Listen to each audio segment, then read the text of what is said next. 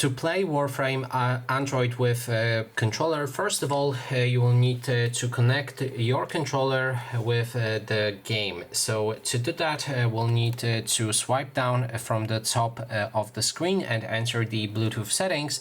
After that, select pair new device and enter pairing mode on your controller. On the Xbox controller, it's pretty easy. First, we need to power on our controller with the Xbox button, and then we can click and hold this button right here.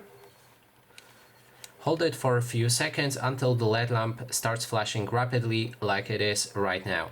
When it is, then we should be able to find our device in this list. In this case, we need to pair new device again, and then here we have our Xbox controller.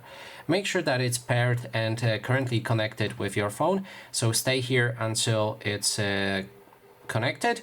When you can see battery, it is connected. So now we can go back, and then if you have your game, in this case for some reason there's a big update even though I had the game downloaded, so I cannot start it, but that way if your controller is connected, you'll be able to play the game. And if you have problem with it, I will make next video explaining how to set up the controller inside of the game.